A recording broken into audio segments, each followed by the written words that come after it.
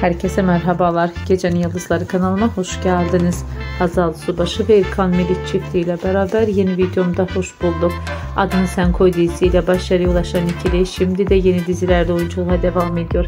Tekçe Türkiye'de değil, başka ülkelerde de merakla izlenen çiftlerin güzel karelerini buyurup kanalımda izleyebilirsiniz. Şimdilik benden bu kadar. Hoşça kalın, sağlıcakla kalın arkadaşlar.